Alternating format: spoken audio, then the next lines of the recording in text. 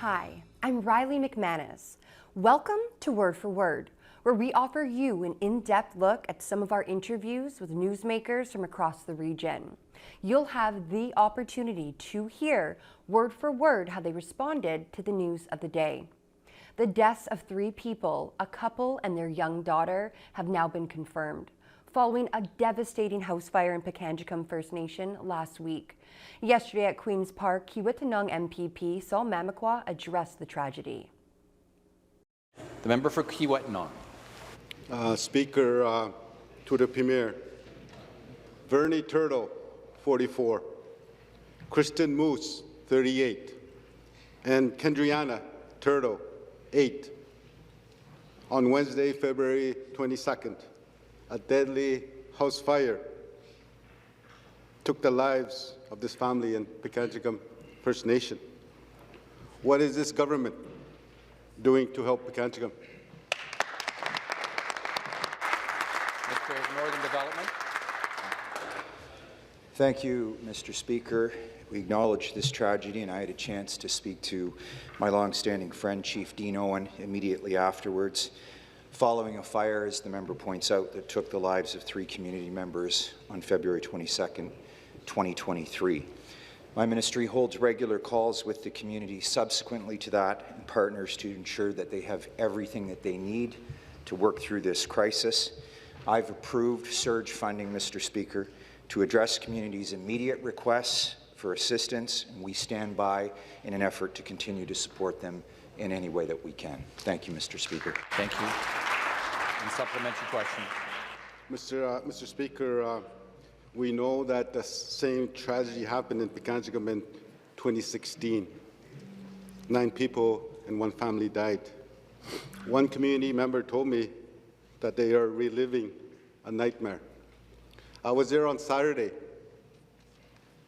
The house was still smoldering. After 3 days, Speaker, because they do not have the capacity to put the fire out. This government needs to commit to a fire hall for Pikangikum so this does not happen again. Speaker, will this government help? Yes or no?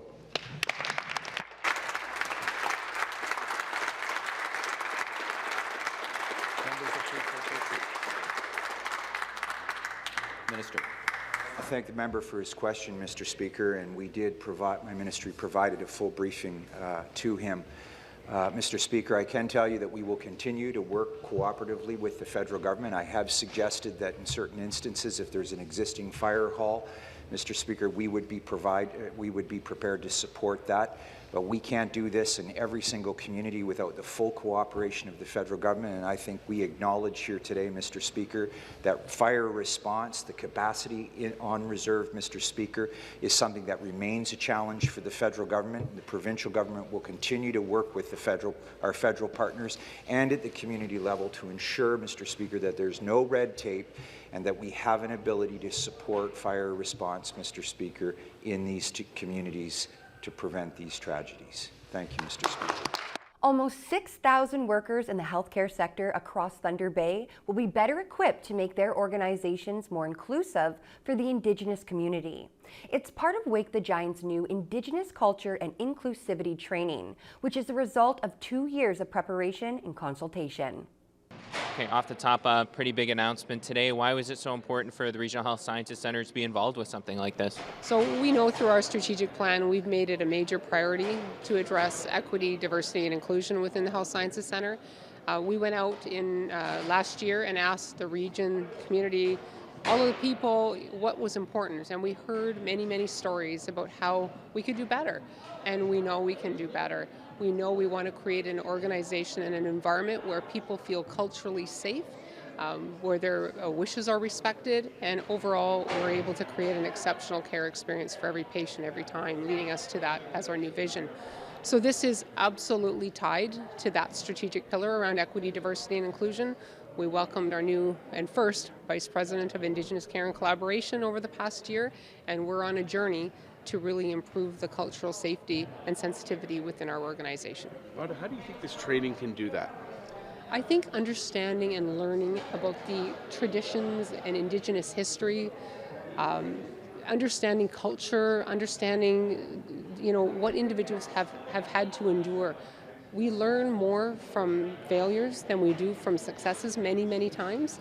And by hearing about these stories and understanding what individuals' situations are, it will certainly help us to be able to relate better, create a more open organization that is culturally safe and understanding of Indigenous people. And something that popped up in the presentation itself was for the Health Sciences Center, it is for a lot of people coming in for healthcare, it's an Indigenous population's first impression of Thunder Bay. So how does that kind of fit into, I guess, today's announcement? All of our staff, believe very strongly that this cultural safety training is really important and have been asking for something like this that could be across the entire organization, not just for a few people, for everybody coming to the same place. And for us to be able to create an environment where people feel safe, that's our priority. An environment that ensures that cultural safety and sensitivity, and through that training, we're very hopeful that we'll be able to create a new experience. I've heard very many stories actually over the last little while that are positive stories, stories of change, stories of empathy, and dedication and commitment. And I know our staff do an amazingly exceptional job and want to do even better. So this really gives us some tools and some learnings and some understanding that will take us on that journey. This is one step towards a new future. And can you build off that a little bit when you were speaking earlier and a bit in your answer there? It sounds like something your staff have been looking for and excited to push this a little further forward. So can you speak more to that a little bit? So certainly through our strategic planning, we heard from our staff about how important it is to have more education and understanding.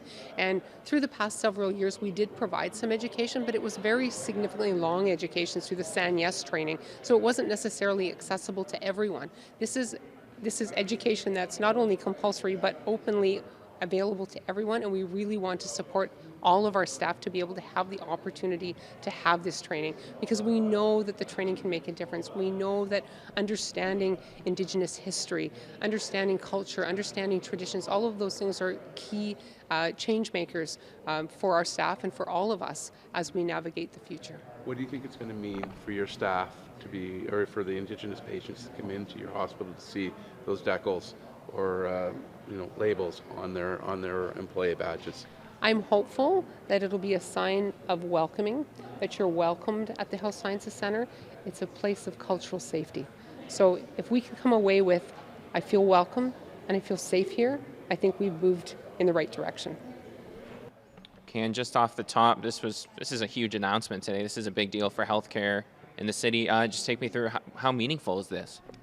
I think it's really important that we do everything we can within the City of Thunder Bay to partner up to ensure that Indigenous people have voices in the spaces that they need to access for services. Working with the Thunder Bay Regional Health Sciences Center and St. Joseph Care Group could be very monumental in terms of the client services and patient services that are going to be available to individuals and families. In particular, ensuring that marginalized people feel that they have a voice when they're coming in to access healthcare services. Are you confident that this training is comprehensive enough to do the job that it's been set out to do?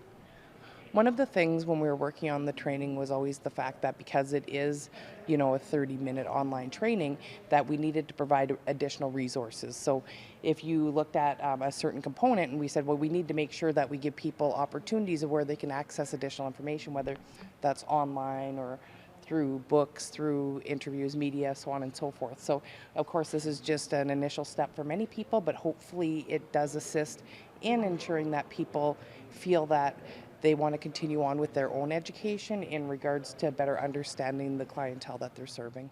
And in terms of putting together the training itself, it said, I was looking at the release, 2 years in the making. I'm sure a lot went into that to get to where we are today. Take us through what that process was like. We did talk about the fact that it was a lot of emotional labor, because when you sit down in a room with people, your colleagues, with elders, with knowledge keepers, with leadership, and you start to talk about the history of Canada, you start to talk about the history of Indigenous people, you talk about your own history, your own family, parents, grandparents, children, what's happened to you as a person, and how it feels when you're navigating your own life within the city, whether that be being in retail stores, in restaurants, accessing services, going into education.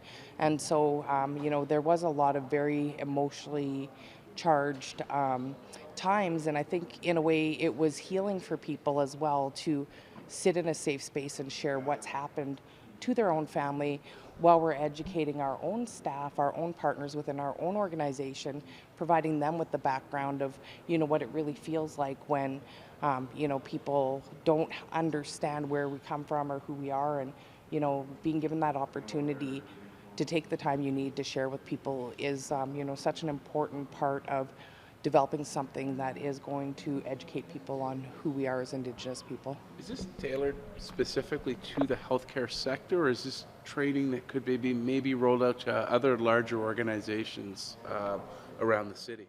Absolutely could be rolled out to other organizations. Like we said, it is, an initial training, and it is 30 minutes long online. And I think that it would be valuable for anybody that's looking to do or introduce some type of training for their staff, because we heard earlier how many people really do want to access training or provide training, but you always don't know where to go to get that. So we're very hopeful that this is going to be a mechanism that will encourage others to implement mandatory training for their staff as well. A group of local Special Olympians touched down at the Thunder Bay Airport yesterday after a very successful provincial competition in Huntsville. The athletes who took part in snowshoeing and cross-country skiing received a warm welcome from family members as they arrived. Okay, and I guess for some background off the top, the event itself, what was that? How do these athletes get involved? It was the provincial qualifiers, and it was held in Huntsville. It was a weekend event, so on Saturday they had the cross-country skiers, and on Sunday we had snowshoeing. And So being the provincial qualifiers might sound obvious, but can you just say what that means and maybe how much that matters to these athletes about getting to that next stage? yeah. The Special Olympics have a 4-year cycle as far as training, and this is from regionals. They go to provincials, and so we had athletes from all over the province in Huntsville this weekend. And the next step will be some of these athletes will hopefully qualify for nationals in Calgary next year. And just overall, looking at, maybe you can tell us how many athletes you had and just kind of what kind of time you had and also what kind of results you saw. So we had 7 snowshoers and cross-country skiers traveling this weekend, and they did absolutely fantastic, and I'm so very proud of them. They practice very hard. We meet weekly, and for some of the athletes, we do extra training. They're also involved in other Special Olympic sports, and they do a lot of cross-training. So they worked hard to get where they were this weekend. Tell us, what does it mean to the athletes to compete in this? Because seeing them get off the plane, come out, run up to family members, just so excited to be able to share a little bit about how the experience was for them. It was a fantastic experience for them.